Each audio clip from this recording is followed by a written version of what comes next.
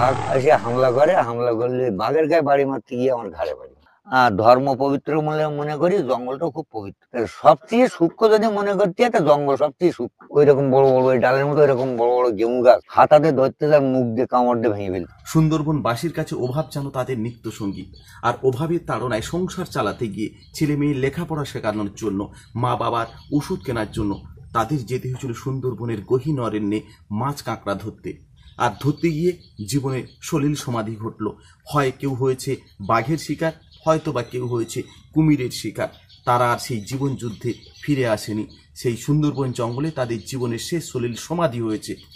কিন্তু আজ আমরা সুন্দরবনে এমন এক দুঃসাহসিক অভিযানের কথা শোনাবো, যাদের জঙ্গলে মাছ ধরতে গিয়ে বা কাঁকড়া ধরতে গিয়ে যারা জীবনে আর ফিরে আসতে পারেনি, বাঘের আক্রমণে তাদের প্রাণ গিয়েছিল, সেই সমস্ত মানুষকে ফিরিয়ে এনেছিলেন যিনি, তিনি হলেন সাতজিলের 2 নম্বরে বাড়ি বিমল মিস্ত্রি।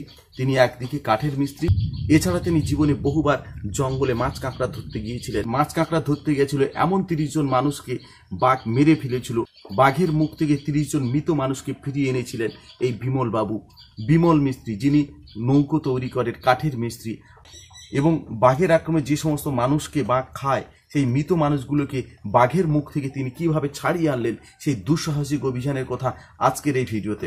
আলো ট্যুর অ্যান্ড ট্রাভেলস সুন্দরবন ভ্রমণের বিশ্বস্ত প্রতিষ্ঠান, উন্নত মানের ভ্রমণ পরিষেবা, রুচিসম্মত আহার, মানে আলো ট্যুর অ্যান্ড ট্রাভেলস। 9083963606। আমাদের কোনো শাখা নেই। আমাকে একটা কথা বলুন, আপনি কত বছর বয়স থেকে জঙ্গল করছেন? আর জীবনে আপনি কি কখনো বাঘের মুখে পড়েছেন? আর কতজন মানুষকে আপনি জঙ্গলে বাঘে ধরে নিয়ে চলে গেছিল এবং সেই সমস্ত মানুষকে ছাড়িয়ে এনেছিলেন, সেই সংখ্যাটা কত? জঙ্গল করা শুরু করেছি বাংলা 71 থেকে। তো ওই মুসলিমদের সঙ্গে যেতাম, তারপরে একটু বুঝতে শিখে নিজে নৌকোডোঙা চালাই। বহুবার আমার সঙ্গে কারোর জঙ্গলে অসুবিধা হয়নি। ওই জঙ্গলে অসুবিধা হয়েছে, কেউ রাত ছাড়িয়ে আনতে পারতে না, বহু রাত ছাড়িয়ে নিয়ে আসি। এই 25 থেকে 30টা এই বাগদা মারা নি জঙ্গলে। একসময় তো বাগদা এই জঙ্গল উত্তপ্ত হয়ে গেল, ভালো ওপার পার হলে পর মানুষ ধরতো, তখন বাগদার সিজন ছিল, ওই পিন বাগদা ধরতো। সে সময় থেকে এই পর্যন্ত 30-এর উপরে যাবে, ওর কোনো ইয়ে নেই। লাস্ট একটা ছাড়িয়ে আনতে গিয়ে ওই বাঘের মুখিতে রাত ছাড়িয়ে আনতে গিয়ে এই বছর 4 আগে বাঘ এসে হামলা করে, হামলা করলে বাঘের গায়ে বাড়ি মারতে গিয়ে আমার ঘাড়ে ঠেকাতে গিয়ে হাতে লেগে হাতের কবজার থেকে ছাড়ানো। এই এখনো জঙ্গল করছে। বিমল বাবু, আমরা সবাই কম বেশি মরিচঝাপির কথা জানি, মরিচঝাপি সেই দুঃসাহসিক অভিযানের কথা জানি। এই মরিচঝাপিতে জঙ্গল করতে গিয়ে বেশি নাকি বাঘের আক্রমণ হয়। মরিচঝাপিতে বেশি বাঘের আক্রমণ কেন হয়, সে ব্যাপারে আমাদের যদি একটু বলেন। জঙ্গলে গেলে বাঘ আমার সামনে আসে না, আমি খুব কম দেখি বাঘ। ওই ছাড়িয়ে আনতে গিয়ে যা দেখা, এই ছাড়া আমার জঙ্গলে গিয়ে বাঘ হাঁটতেছে কি বাঘ এসে বসে দিয়েছে আমার বয়সে, আমি দেখি ওই ছাড়িয়ে আনতে গিয়ে যা। আমরা এই মরিচঝাপিতে কম মাছ কাঁকড়া ধরি। আসামটা থেকে ওই লাইন 13 বাগি থেকে নিয়ে ওই ধারে একদম সেই চুয়াটা নিয়ে ওই লাইন। আর এই গত বছরের আগের বছরে বিদেশি কিছু বাঘ এনে ছেড়ে দিল, বাঘগুলো আক্রমণ করেছে, এখন একটু বন্ধ আছে। গড়ে এই 1 বছর টুটতে যাচ্ছে, একটু বাঘ কমে গেছে। তারপরে সরকারের এখন নির্দেশ হয়েছে জঙ্গলে কাঠকুটো কাটলে হবে না, আর বিনা পয়সা যা দিচ্ছে না, যার জন্য যারা চুরি চামারি করে যাচ্ছে, অনেক সময় দেখা যাচ্ছে যে গভীর জঙ্গলের ভিতরে গিয়ে পরিষ্কার জায়গায় নৌকো বসিয়ে দিল ফরেস্টারের ভয়তে, কিংবা ফরেস্টারে তাড়া দিল, গভীর জঙ্গলের ভিতরে ঢুকে গেল, ফরেস্টার বেরিয়ে আসতে গিয়ে তখন বাঘে আক্রমণ করতেছে। আচ্ছা বিমল বাবু, এটা বলুন, যেসব মানুষকে বাঘে ধরে নিয়ে যাচ্ছে জঙ্গলের ভেতরে, এবং বাঘ যখন তাদের সেই মৃত মানুষটাকে খাচ্ছে, আপনারা যখন তাকে সেই মৃত মানুষটাকে ছাড়িয়ে আনতে বা উদ্ধার করতে চাচ্ছেন, সেই সময় বাঘের মূর্তি কিরকম হয়, বাঘের রূপ কেমন হয়? আর আপনি যখন সেই মৃত মানুষটাকে ছাড়িয়ে আনছেন, সেই সময় কখনো কি সেই বাঘ আপনাদের উপর আক্রমণ করেছে? সে তো বলা যাবে না, না দেখলি। একটা জিনিস তোমরা বাড়ি দেখবো যে এই বিড়ালের সময় শিকার ধরে, ওর মুখের দিক তাকিয়ে দেখবো, ঠিক অবিকল ওই। আর ওদের আকৃতিটা বড়, যার জন্য সাহস করে না মানুষ, ভয়। বিড়ালের মুখের থেকে একটা ইঁদুর টিঁদুর ছাড়িয়ে নিতে গেলে কিরকম লাগে, ঠিক ওই একই কাটে, ভয়ঙ্কর দিক। বাঘের মুখ থেকে রাত ছাড়িয়ে এনেছি, মানে এই যে বিদেশি বাঘের কথা বললো না, এদের অবস্থা কি, মানুষের গলার থেকে কেটে ফেলে, সঙ্গে সঙ্গে ধরে পার, কি করে তা বলতে পারবো না। পেটের থেকে নাড়ি বুড়ি বুড়ি খেয়ে চলে যাবে। বোট নিয়ে গেলাম 50-60 জন লোক, আমরা জঙ্গলে উঠলাম 8 থেকে 10 জন। প্রথম সারিতে ছিলাম আমি। বহু জঙ্গলে ঘুরে ঘুরে ওদের ওই কোথাও রক্ত পড়েছে, কোথাও প্যান খুলে পড়ে গেছে, কোথাও গেঞ্জি ছিঁড়ে গেছে, ধরে ধরে গিয়ে গভীর জঙ্গলের ভিতরে গিয়ে পালাম। মাথাটা সবে কেটে ফেলেছে, আর ওই পেটের এইখান থেকে কেটে মুখটা বেরিয়েছে।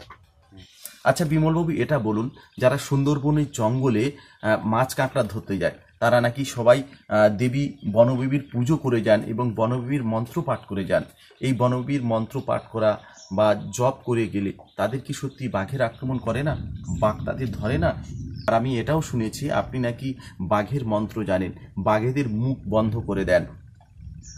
সত্যি কি তাই? যারা জঙ্গলে যায় তারা কি মা বনবিবির মন্ত্র বললে তাদের কি বাঘের আক্রমণ করে না?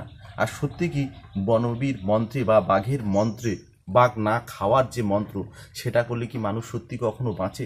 তাহলে এত মানুষকে কেন বাঘে খাচ্ছে? হয়তো নাম শুনলে শুনতে পারো, এটা বালি বিজয়নগরে বাড়ি ছিল আমির আলী মুন্সি। দেখা যাচ্ছে যে ফরেস্টারের ভয়তে, তখন এই টাইগার ছিল না, তখন ছিল ফরেস্টারের ভয়তে আমরা ওই জঙ্গলের ভিতরে নৌকো বসিয়ে দেবো। বাঘ দেখা যাচ্ছে উপর দিয়ে হাঁটছে, নিজে রাত্রে গিয়ে সেই জঙ্গলে থাকবে, সেই জঙ্গলে আমাদের কাজ করাবে। বাঘের কোনোদিন অ্যাক্সিডেন্ট হয়নি তার কাছে। সেই লোকের কাছ থেকে কিছু ওই মন্ত্রতন্ত্র নেওয়া। ও লোকের সঙ্গে যে সময় জঙ্গল করা শুরু করেছি, এমন কোনো নদীর নেই যে ও লোক একটা জঙ্গলে দিয়েছে। ও লোকের কাছে জঙ্গলে একটা অ্যাক্সিডেন্ট হয়েছে। পরিকৃপা তোমার বাপ মার আশীর্বাদে এখনো কোনো অসুবিধা হয়নি। আমার এই 67 বছর বয়স চলতেছে, আর আমি 21 বছর বয়সে জঙ্গল শুরু করি। বাগদার পিনটা বেশি প্রচলন ছিল, সেইখান থেকে একসময় এই মরিচজাবিতে ওপারে কেউ যেতে পারত না। ডেলি একটা দুটো করে অ্যাক্সিডেন্ট হবে, কত হাজার হাজার হয়েছে তার কোনো এমন কোনো জিনিস নেই যে মরিচজাবিতে পাওয়া যায়। কারণ শরণার্থীরা আমলে কাটার পরে জঙ্গলে প্রচুর চারা বসছে, যার জন্য জঙ্গলের ভিতরে আর চোখ চালে না। আজকে একটা অ্যাক্সিডেন্ট হয়ে গেছে, তখন ওই যে ছাড়িয়ে আনা যে দৃশ্য, ওই দৃশ্যগুলো মনে সমস্যা কি জানো, মন তোর আগে নিজের মনটা নিজের করতে হবে। আমি এসব ভাষাগুলো বলা উচিত না, লোকে চুরি করে নিয়ে যাব। আরো একটা বাস্তব কথা শোনেন, এখান থেকে বছর 25 আগে ক্ষেতের থেকে ওল তুলে নিয়ে জঙ্গলে গেছে। জঙ্গলে গেল, জঙ্গলে উঠলো মধু কাটতে, 3 জনের আক্রমণ করলো, 1 জনেরও ফিরিয়ে আনতে হলো। আচ্ছা বিমলবাবু, আপনারা যে বাঘের জঙ্গলে যান, বাঘের মন্ত্র বলে বা বনবিবির নাম স্মরণ করে যান, আপনারা যারা সুন্দরবনে যায়, আমি এটাও শুনেছি সুন্দরবনের জঙ্গল নাকি অতি পবিত্র আমাদের হিন্দুদের কাছে এবং মুসলিম ভাইদের কাছে। এবং আমরা যারা ধর্ম বিশ্বাস করি, আমাদের কাছে যেমন ধর্মটা অতি পবিত্র, আর যারা জঙ্গলে যান তারাও নাকি জঙ্গলটাকে অতি পবিত্র বলে মনে করেন। এ ব্যাপারে যদি বলেন আমাদের।